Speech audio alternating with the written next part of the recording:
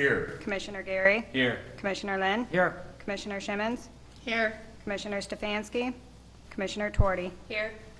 Okay, did Commissioner Stefanski call at all? There's been no contact received from Commissioner Stefanski, Mr. Mayor. Okay, thank you. That I'm aware of. Okay, thank you. Okay, then we'll move on. I don't think we would move to excuse him. We have not heard from Commissioner Stefanski. We have a pledge. Please join us in the Pledge of Allegiance. Allegiance to the flag of the United States of America and to the republic for which it stands, one nation, under God, indivisible, with liberty and justice for all. Thank you very much. I would ask those with cell phones, if you would please put them on vibrate or deaden them altogether. We would appreciate it.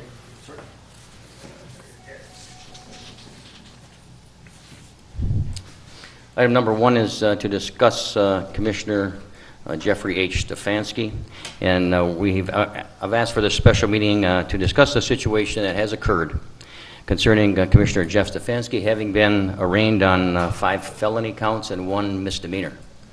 And at this time, I would like to turn it over to our city attorney, Steve Cannella. Thank you, Mr. Mayor.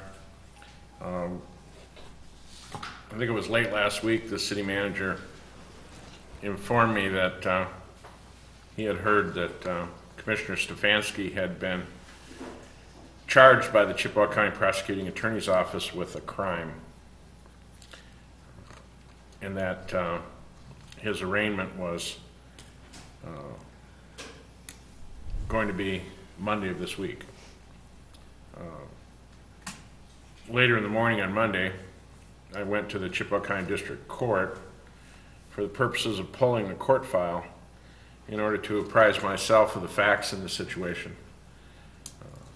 After doing so, I went to visit the Chippewa County Prosecutor's Office and met with the prosecuting attorney who had authorized the charges against Mr. Stefanski. The prosecuting attorney indicated to me that he would not, at this time, release a copy of the police report to me, as Mr. Stefanski's preliminary examination had not yet been scheduled or held. At some point in time, I will acquire that information, but at the present time, I've not been able to. Review of the 91st District Court file, I'm going to preface that with all criminal charges are commenced in District Court. If they are felony charges, and these are felony charges, they eventually move to Circuit Court for final disposition.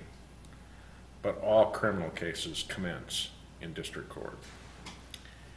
This case, from the documents I was able to review in the Chippewa County District Court file, Jeffrey Harold Stefanski had been charged on July 23rd, 2014 by the Chippewa County Prosecutor's Office of 6 allegations of criminal activity. The date of the offenses is January 2nd, 2014. More than likely that's not a hard date, but is followed by maybe other relevant dates, perhaps the first date. The charges do not delineate specific dates as it relates to each charge. I will read the first charge. Count 1, child sexually abusive material possession. That the defendant, Jeffrey Harold Stefanski, did knowingly possess child sexually abusive material contrary to MCL 750.145C4. That is followed by a sex offender registry office notification that this is a Tier 1 offense under the Sex Offender Registration Act, known as SORA. It's a Tier 2 offense if the defendant has a prior conviction for a Tier 1 offense, and it's a Tier 3 offense if the defendant has a prior conviction for a Tier 2 offense. The charge of possession of child sexually abusive material is a felony, punishable by up to 4 years in jail or penitentiary, and/or a $10,000 fine. And of course, in any criminal charge, you can also be charged for court costs. He has 5 separate counts of felony child sexually abusive material possession. Each one would be reportable under SORA. As a Tier 1 offense, they require a 15-year registration on the SORA list before there's any eligibility for removal, and removal is not automatic. He is also charged with a 6th count, which is a misdemeanor, which perhaps might be the date, or might be related to the date of January 2nd, 2014, but that could be totally wrong. That's just intuition on my part, since that is the type of a charge that would have a specific event date associated with it, whereas the possession charges may not. Count 6 is selling or furnishing alcohol to a minor, that the defendant, Jeffrey Harold Stefanski, did knowingly sell or furnish an alcoholic liquor to a person under the age of 21 years. In the charge, they do list the minor's name, but I will not read it or provide it to you. While that person was less than 21 years of age, contrary to MCL 436.17011, that is a misdemeanor carrying a potential penalty of 60 days in jail and a fine of up to $1,000 plus community service. And as I indicated, that charge, as any other criminal charge, would require or could require the payment of court costs. All of these charges could also contain as a potential penalty a probationary component to any sentence as well. As a result of being charged with crimes like that, it's necessary for the court to determine if the defendant is allowed to have an opportunity to gain a release from incarceration pending trial under a document which is known as a bond. Commissioner Stefanski was given a bond by the Chippewa County District Court. That bond indicated that he appeared before the court, or that he's to appear before the court again on August 28th, 2014 for a status hearing at 9:15 a.m. The bond was required him to post some cash, but it also contains a number of restrictive terms and conditions. The bond's terms and conditions are that Commissioner Stefanski is not allowed to leave Chippewa County, and that means can't go to Canada. He's prohibited from entering bars, taverns, or casinos. He is not allowed to have alcohol in his home. He is not allowed to have guests in his home that are not related to him.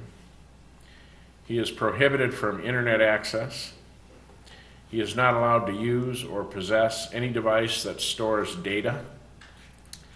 He may have a work-related cell phone, and he and his cell phone would be subject to search at any time randomly by law enforcement. Those appear to be the conditions of his bond. It does indicate that he paid the required cash deposit to the court, so I would assume by that he is not presently incarcerated.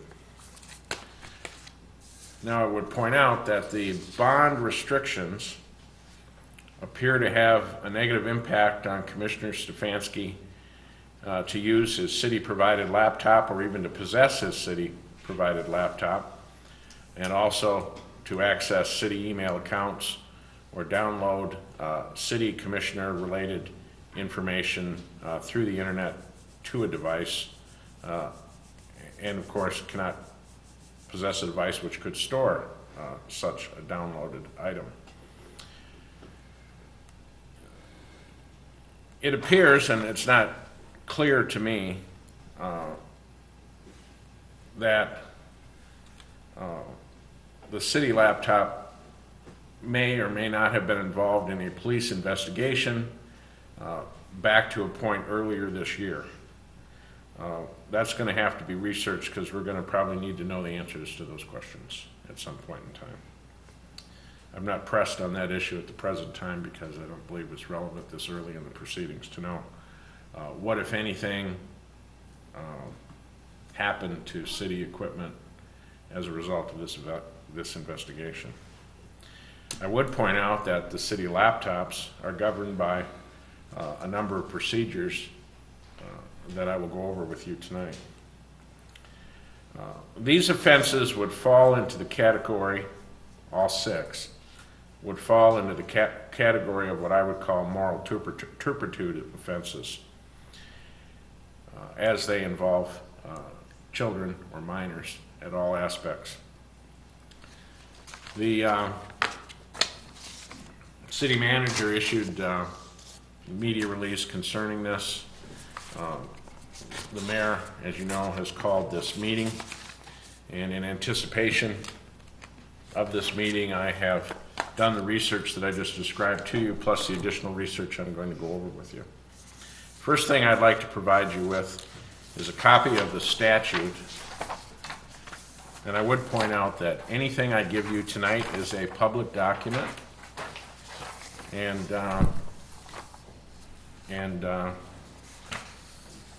so you don't have to hide them or keep them away from others or worry about them. Referring you to the first page, this is a printout from the Michigan Compiled Laws. This is the statute that deals with child sexually abusive activity or material, offenses, penalties, affirmative defenses, expert testimony, commercial film or photographic print processors, availability of evidence, and local ordinances. Moving you through page 1, you'll see a number of definition, community standards, definitions of prurient interests, and a number of sexually defined activities, several pages of that. And at the end of it, you'll see at the top of page 4 a section I highlighted in yellow for you. This is the subsection of this statute that the Chippewa County Prosecutor's Office has charged Commissioner Stefanski with 5 counts of violating. And I would point out that I don't think the 5 counts means 5 pictures. I think it might mean something else. Subsection 4 reads, a person who knowingly possesses or knowingly seeks and accesses any child sexually abusive material is guilty of a felony, punishable by imprisonment for not more than 4 years or a fine of not more than $10,000 or both. If that person knows, has reason to know, or should reasonably be expected to know, the child is a child, or that the child's sexually abusive material includes a child, or that the depiction constituting the child sexually abusive material appears to include a child, or that person has not taken reasonable precautions to determine the age of the child. Following that is a number of exceptions. Clearly the prosecuting attorney would have analyzed those exceptions and must have determined at this point that they do not apply. That doesn't mean that they won't come up in Commissioner Stefanski's court proceedings. But next I'd like to provide you with a number.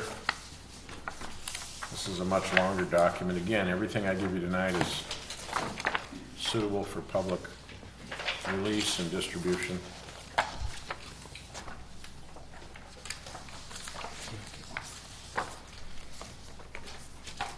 Are we sure? I made 8, so. It's okay, we'll share. We'll share. This document is a compilation that I put together of various provisions of state law, city code, and charter. The first section, on page 1, section 5.4, removals from office, is a charter provision. I've highlighted the relevant procedures for that process. Removals are made by the commission of elected officers. You are the police force of yourselves. You are the enforcing and investigative body of yourselves. Staff is not involved in that process other than to assist you as you may request. The generation of the process is from you, to you, and by you. Removals can be made for two categories of reasons. A, for any reason specified by statute for removal of city officers by the governor. I'll review those for you in a moment. Or B, any act declared by this charter to constitute misconduct in office. The removals require a process. They require a due process hearing to be held before the city commission on a minimum of 10 days advance notice. That doesn't mean that you can have a hearing in 10 days. That just means 10 days prior to the hearing, there has to be personal service on Commissioner Stefanski of the date and time of the hearing. Typically, a procedure under this might take longer to schedule than 10 days because additional evidence may need to be acquired should the commission choose to have a hearing like this. Because at that hearing, the charges against such officer are reviewed, and the officer, meaning Commissioner Stefanski, has the opportunity, in person or through an attorney, to be heard, both to be heard in his defense and also to be heard for the purposes of cross-examining any witnesses or presenting any testimony to the commission. So as you can see, you're kind of you're working in a quasi-judicial capacity at this stage, and therefore there would be evidence presented to you either through the testimony of persons or the review of documentation or both. If the officer neglects to appear at the hearing and answer to such charges, his failure to do so may be deemed cause for his removal. A majority vote of the members of the commission shall be required for any such removal. Now that would be a majority vote of the 6, but it's still 4. The next section on page 1 that I have for you is a copy of the governor's provision. So this would relate to paragraph A of section 5.4 of the charter. The governor's process for the removal of local elected officers is as follows. The governor shall remove all city officers chosen by the electors of the city when the governor is satisfied from sufficient evidence submitted to the governor that the officer has been guilty of official misconduct, willful neglect of duty, extortion, or habitual drunkenness, or has been convicted of being drunk, or whenever it appears by a certified copy of the judgment of a court that a city officer, after their election, has been convicted of a felony. The statute also provides that any officer so removed by the governor is ineligible to be reelected for a period of 3 years.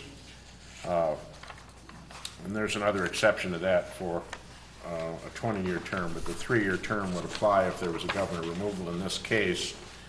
However, typically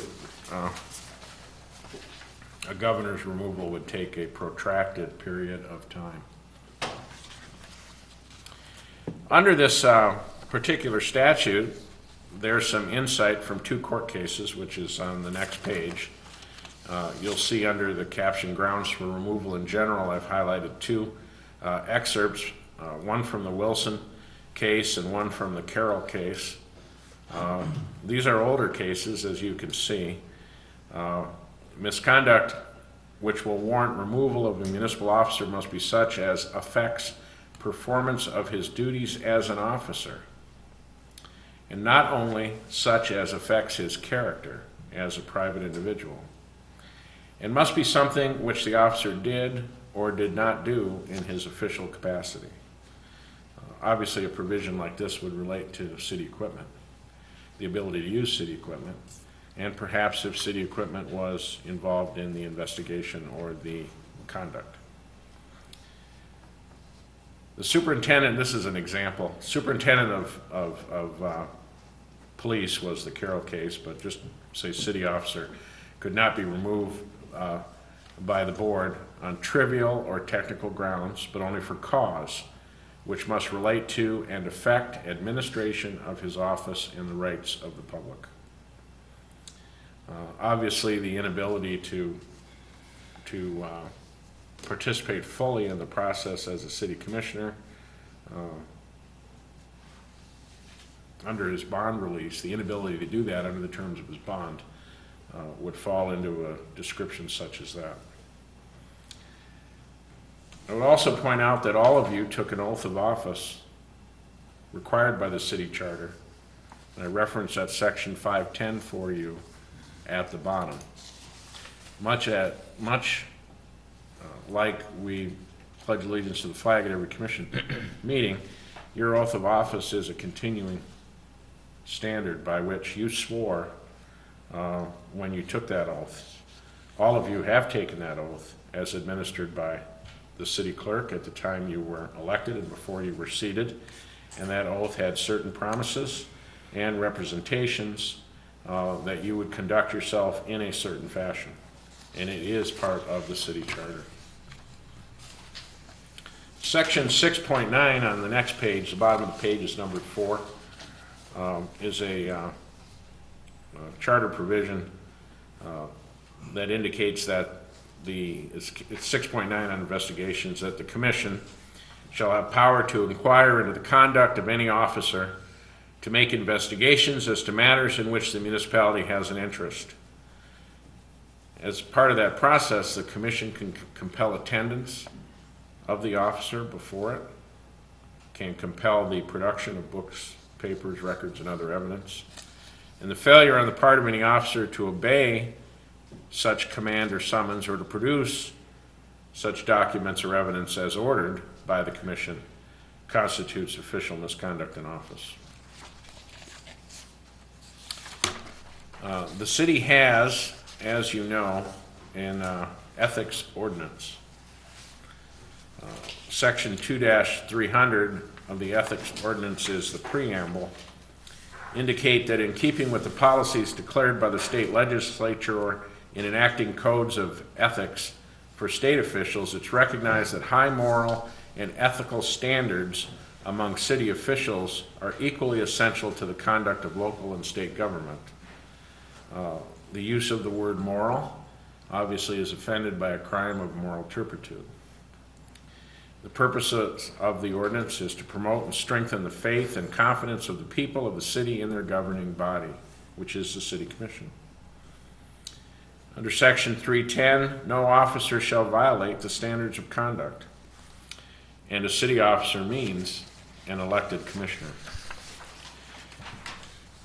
Now, I highlighted the section on confidential information because these laptops contain confidential information. They include delivery and storage to you as members of the commission of material that is not available to the public. Some of that may be contained in your agenda package, which is a commission agenda package and not a public agenda package. The public agenda package may be different. May not be any given meeting, but it may be different. Certain information should not go in the public agenda package and is only for your eyes. Also, the city manager delivers to you documents that are not subject to disclosure under the Michigan Freedom of Information Act because they are recitations of a deliberative process which is not yet ripe for your discussion, but merely informational to you, preliminary to official position or development of policy or decision.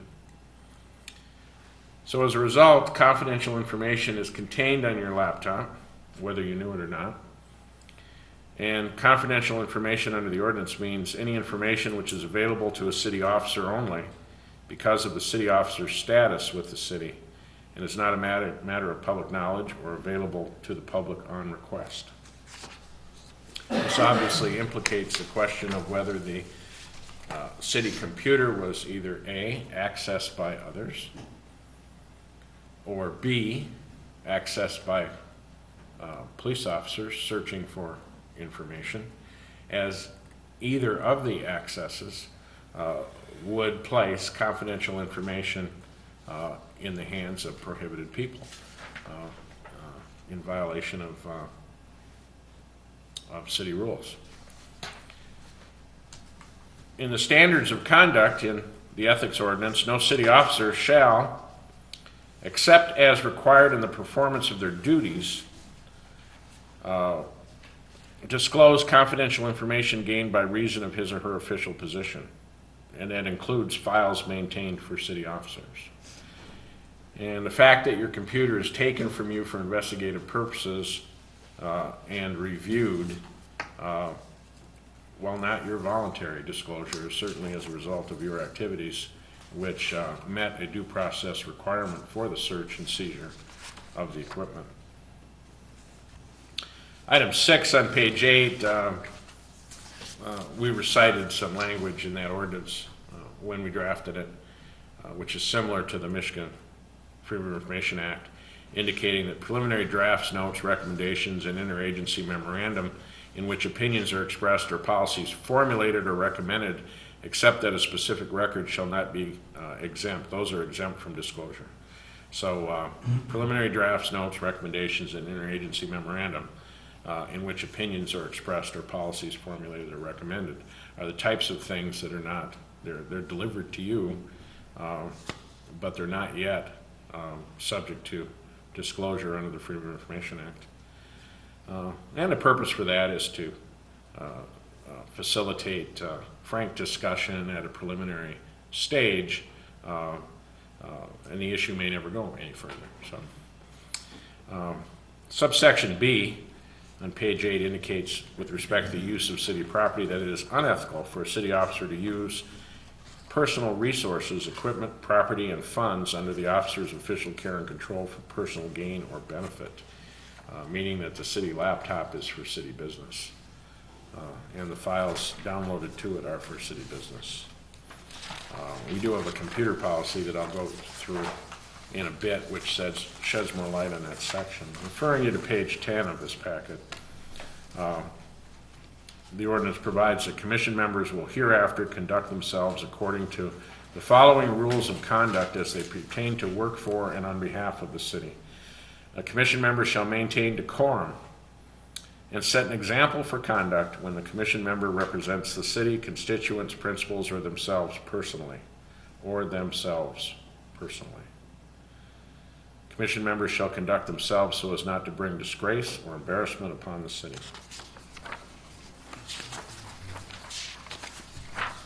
Referring you to page 13, another relevant section is under violation and penalties. This indicates that an officer who believes that another officer has violated this article shall submit a written statement of the purported violation to the Secretary of the City Ethics Board, and then the Ethics Board is supposed to review it and then make a recommendation to the City Commission. This is a screening step and would not be applicable in this case, in my opinion.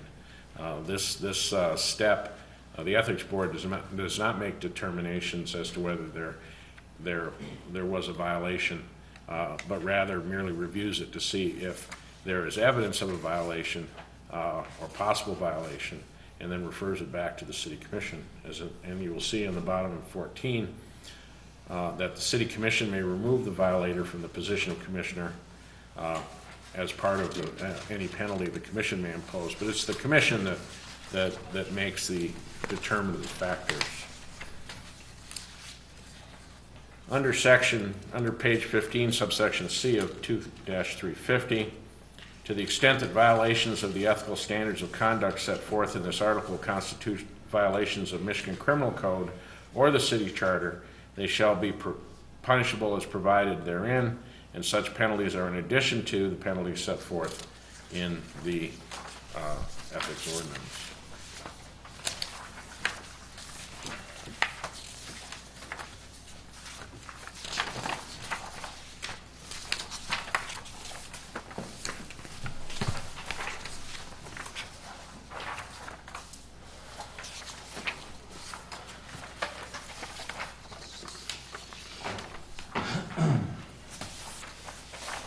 The last document I'm providing to are the rules of order for the City Commission, which have been in effect as amended since September 17th, 2012.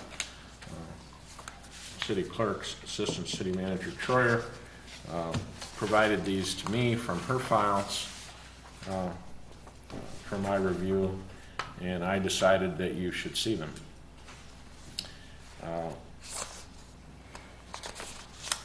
You were provided these at the time that you were elected as city commissioners, and from time to time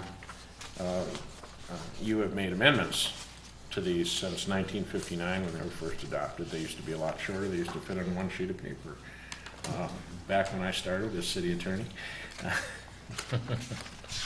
But I'd like to refer you to, if you look at the top, page 4 or 5 on the fax ribbon, to that page. And I don't have a color copy, or so the color part is not available on your copy, unfortunately, but I'll just read you some of the provisions.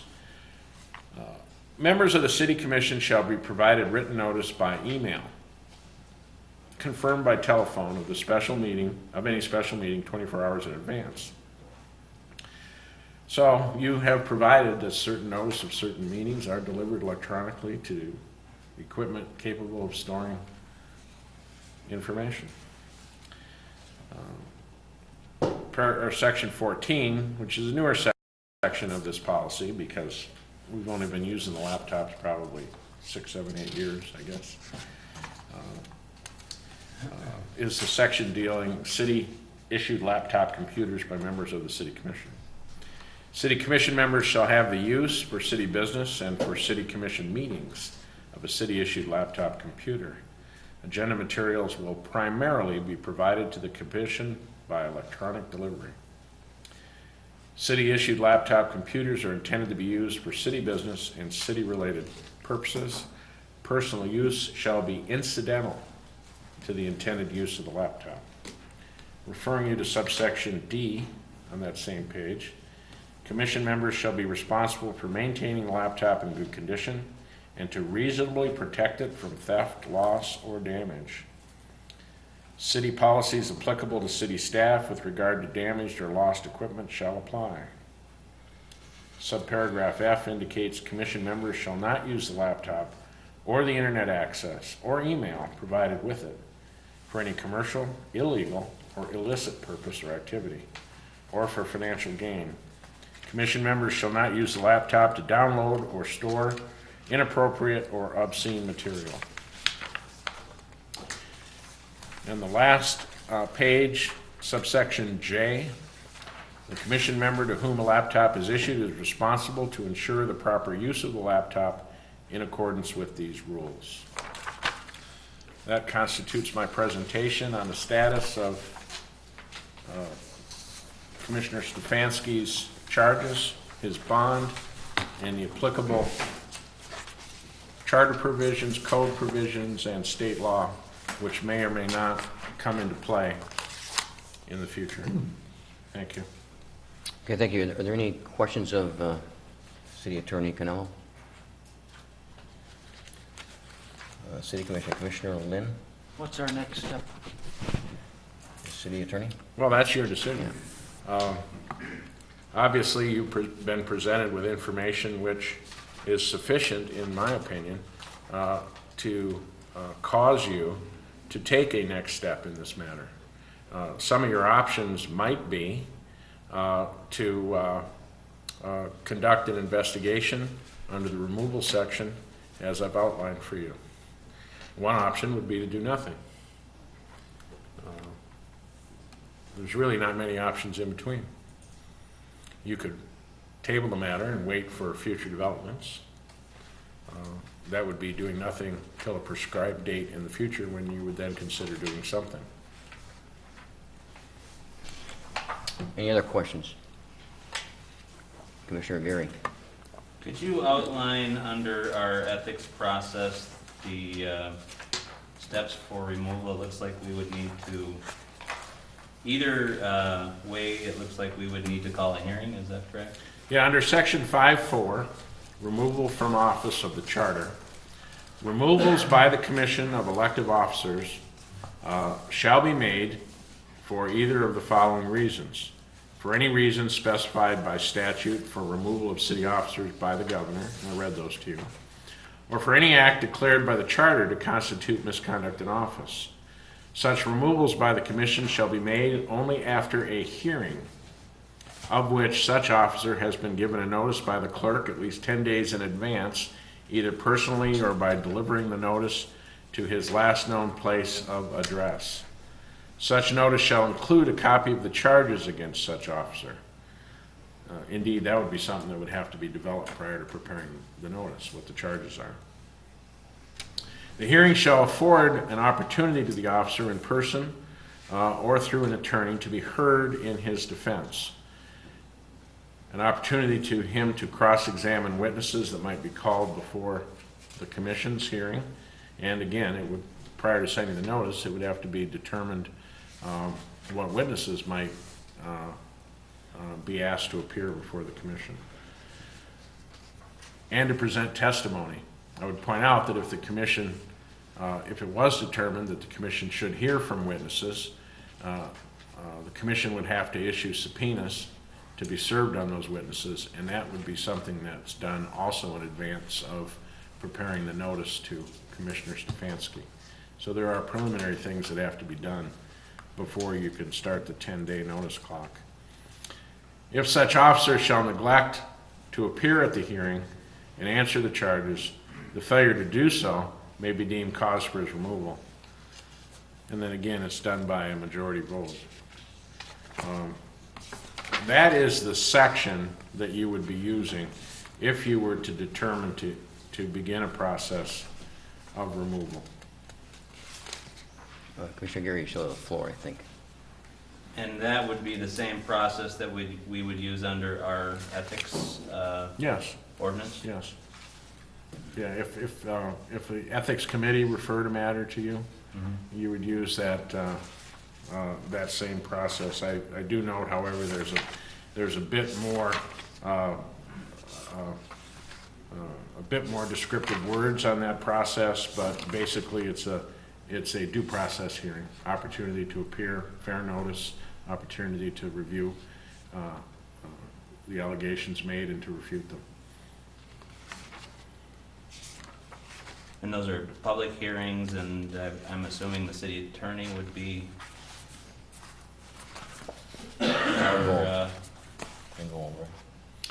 would assemble our information. Well, myself and staff, of course, would work on providing to the commission the information that we believe is necessary for your evaluation. You know, we would be involved in preparing the subpoenas and probably preliminarily talking to some witnesses to see how they would respond to being subpoenaed.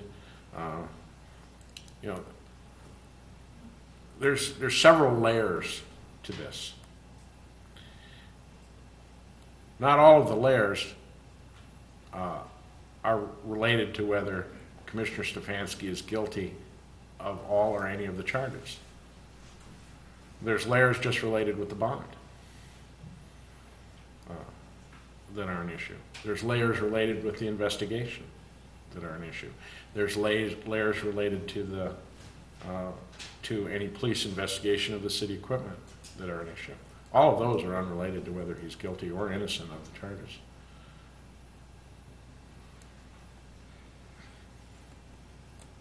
And so in your experience, how long a process is that? Years? Well, Look, we've in not had any in experience. my tenure with the city, which began in November of, well, August of 1980, I believe, I don't recall a removal hearing. So for me to predict how long it would take you to conduct a removal hearing, I would think that you would probably do it in one session. Whether that session would last an hour or 8 hours, I don't know, but I believe it ought to probably fit within one day. Lining up the witnesses may be a bit more difficult because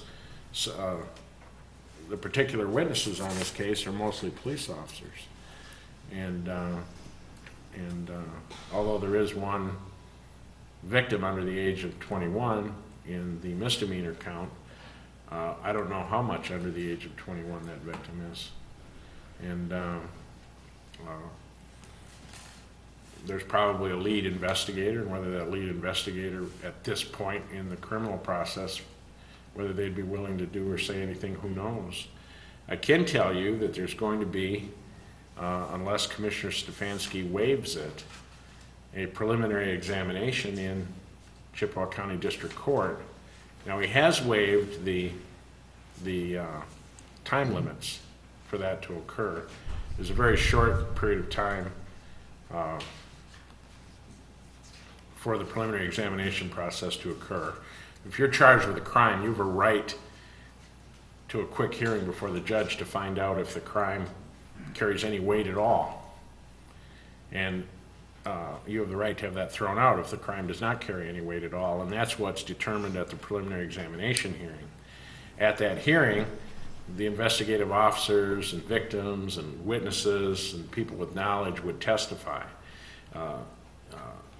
It might be, if subpoenas don't work for the City Commission's inquiry, it might be that the Commission would use a transcript of that hearing, which would be public and available to us when it's held. But it's not going to be held within the next 2 weeks because Commissioner Stefanski has waived the requirement that it be held within the next 2 weeks.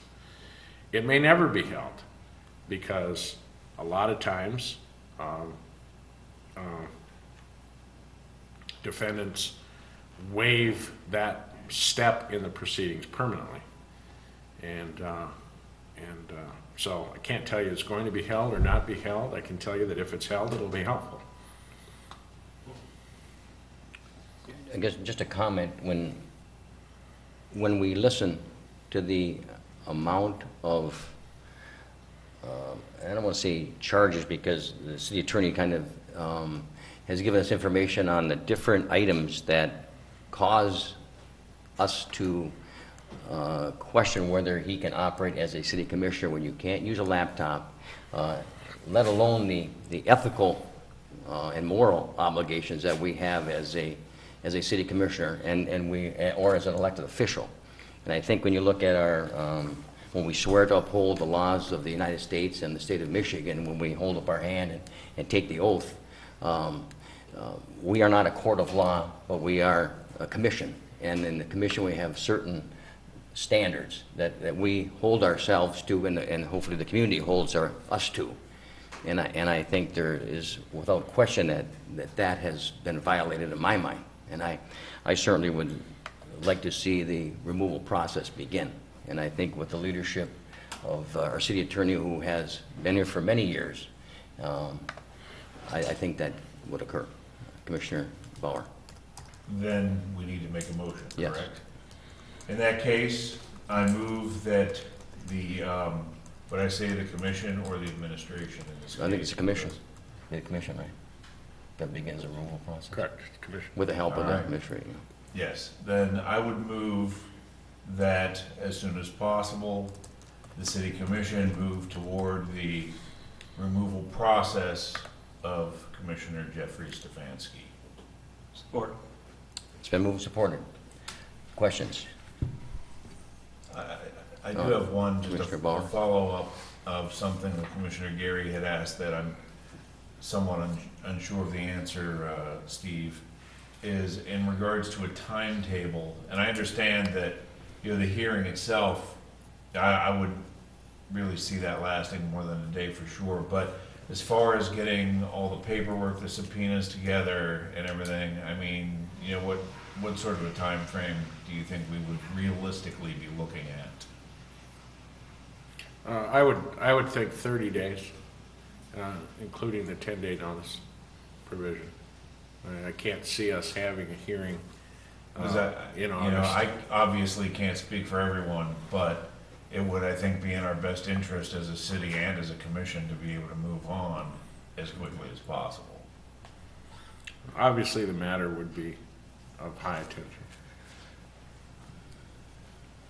Well, Commissioner Tuardi. Yes, thank you. So then from the actual date that he's officially removed, then we have 30 days to either appoint, if it goes through. Well, you're getting way ahead of it. Okay. Yeah, you're getting way ahead of the process. I've not provided you any information tonight Okay.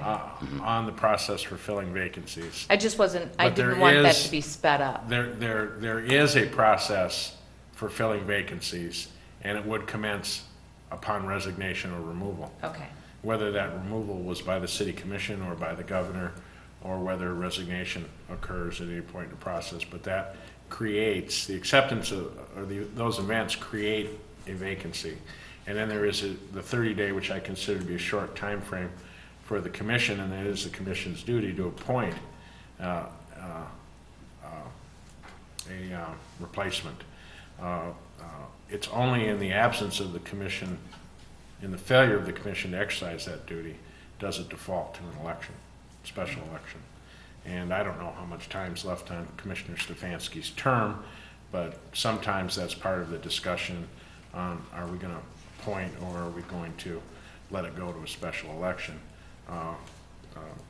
But it's a failure to exercise the duty of appointment that defaults to a special election. Typically, historically, I've seen this happen a lot of times, because there's been a lot of commissioners that have left in their terms during my tenure. Yes, mine too. Typically, the commission might look at, is there a short period of time, less than 2 years on the commissioner's term? Calling a special election is expensive, it's a lot of work, it never fits into the general election cycle. You know, because the time limits imposed on doing it and starting it and all of that processes always mean it's a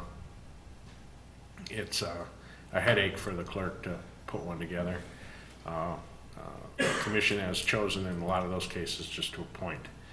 And I've seen the commission accept applications of interest for the position, you know, state publicly that they'll receive applications of interest from members of the electable members of the community. Those are obviously, you know, you can't get someone from Pickford wanting to be on the city commission to fill a vacancy. To fill a vacancy, you have to meet the same eligibility for electability for an election.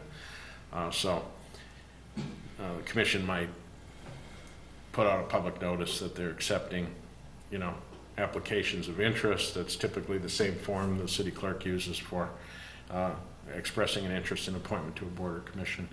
And then at a meeting within that 30-day time frame, the city commission fills the vacancy,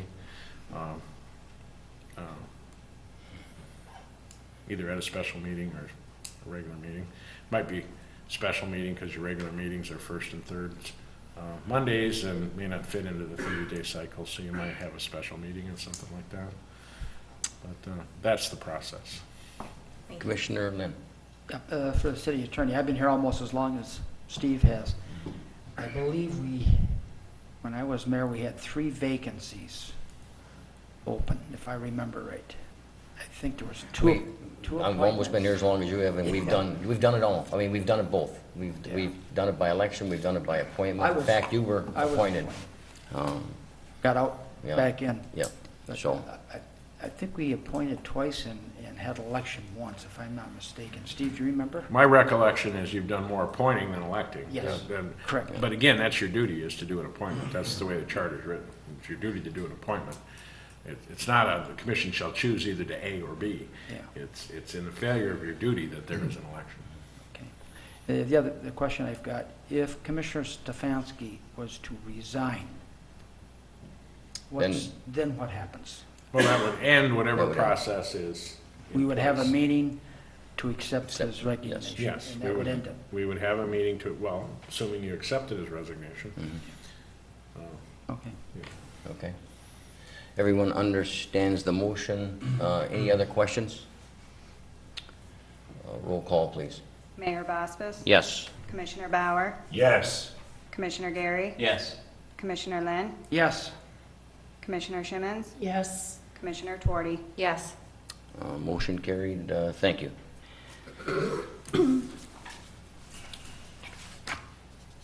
Item 2, public comment. Anyone in the audience like to make a comment at this time? Yes, ma'am. If you'd like to identify yourself for the record, no, would you come here, please? I'm Nora Jean Wilcox. I live at Avery Square.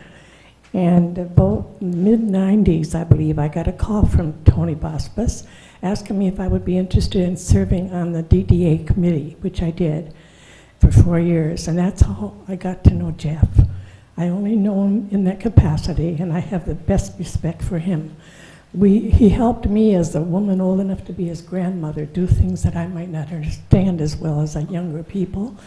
But also, he brought up a lot of stuff in those meetings that were meaningful, and I always seemed to agree with everything he said and voted on. I just was shocked when I read in the paper, as I'm sure a lot of people were. But I wanted to know, and I didn't know this was going to be so formal. I thought it was going to be a thing where we could talk about it, and I was hoping he'd be here. But I mailed him a letter. I read this Tuesday. I mailed him a letter early Wednesday morning telling him how much I liked him, and how I would be praying for him, and suggested some people he might be able to get counseling from. And I just raved about how good he is, because he would help me out so much. And I saw him, we've met every week for 4 years. And I just have to tell him, I hope he knows that I really respect him. And I know you have to do something, I'm not saying you can't. But I thought maybe some of his good works for the city, and I followed his time in the city ever since then, in the city commission meetings. I read it every time. And I always seemed in agreement with everything Jeff was voting one way or another on. And I just want him to know that he has support. And I'm not the only one. I had a couple people on the DDA that I served with. They were not able to be here tonight. But I just felt a personal reason for being here, and I'm glad. Thank you for letting me talk. Okay. Anyone else? Commissioner Lynn. Your Honor, I would so move this meeting stands adjourned, or we adjourn this meeting. Support. It's been moved, supported. All those in favor signify by saying aye. Aye. Opposed, same sign. We are adjourned. Thank you very much.